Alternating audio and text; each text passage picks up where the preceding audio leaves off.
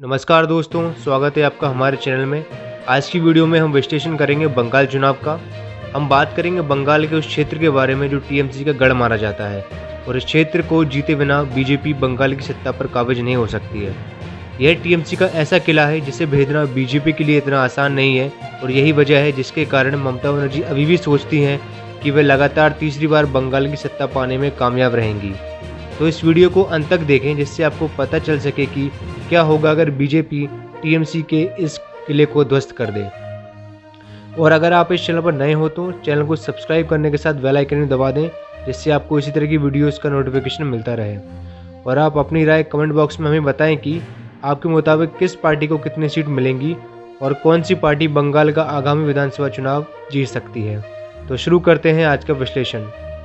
बंगाल के चुनाव पर आज पूरे देश की नज़र है और आज बंगाल चुनाव हर जगह चर्चा का विषय बना हुआ है और इस चर्चा का मुख्य केंद्र बिंदु है बीजेपी।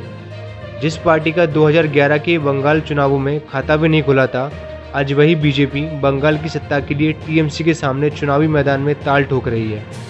पिछले 10 सालों में बीजेपी ने अपने वोट शेयर में बेतहाशा बढ़ोतरी की है। जहां 2011 के विधानसभा चुनाव में बीजेपी को मात्र 4% वोट मिले थे, वहीं यह आंकड़ा 2019 के लोकसभा चुनाव में बढ़कर 40% के पार चला गया। अभी बीजेपी अपनी पूरी ताकत लगा रही है कि बंगाल में चुनाव जीत सके। और अगर हम बंगाल की वर्तमान राजनीतिक जमीन को देखें तो पता चलेगा कि बीजेपी और टीएमसी के बीच बहुत ही कांटे की लड़ाई है। पर इसके बावजूद भी टीएमसी बीजेपी से अभी थोड़ा सा आगे है और उसकी वजह है दक्षिण बंगाल।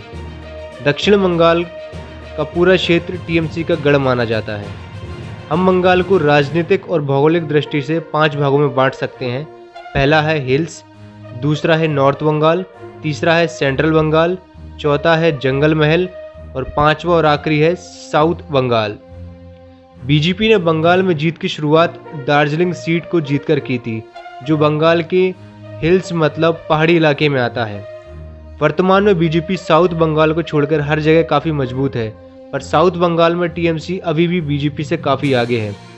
2019 के लोकसभा चुनावों में साउथ बंगाल में बीजेपी को 40% वोट मिले थे, वहीं टीएमसी को यहां 47% वोट मिले।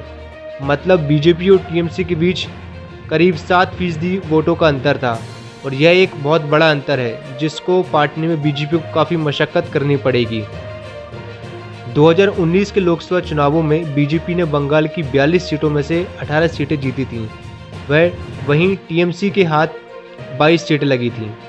अगर इन लोकसभा सीटों को विधानसभा सीटों में बदलें तो पाएंगे कि बीजेपी बंगाल की 294 सीटों में से 121 सीटों पर आगे थी, वहीं टीएमसी 164 सीटों पर आगे थी और बंगाल में बहुमत का आंकड़ा है 148। बीजेपी जिन 121 सीटें पर आगे थी उनमें से 73 सीटें बंगाल के पहाड़ी इलाके, उत्तर बंगाल, जंगल महल और मध्य बंगाल के क्षेत्रों में आती हैं। इन इलाकों में बंगाल की कुल 294 विधानसभा सीटों में से 127 सीटें हैं, पर बीजेपी ने साउथ बंगाल की 167 सीटों में से सिर्फ 48 सीटों पर ही बढ़त बना पाई, जो कि साउथ बंगाल की कुल सीटों का मात्र 28% के आसपास होता है और यही इलाका बीजेपी की सबसे बड़ी कमजोर कड़ी है। वहीं दूसरी तरफ टीएमसी ने साउथ बंगाल की 167 सीटों में से 119 सीटों पर बढ़त बनाई थी और साउथ बंगाल के दम पर ही टीएमसी ने 2019 के लोकसभा चुनावों में बीजेपी से आगे रहने में कामयाबी हासिल पाई और अभी इसी के दम पर टीएमसी 2021 का विधानसभा चुनाव जीतने का सपना देख रही है। एक बात और है जिस पर हमें नज़र डालना चाहिए, साउथ बंगाल में मुस्लिम मतदाता तकरीबन 35% के आसपास हैं।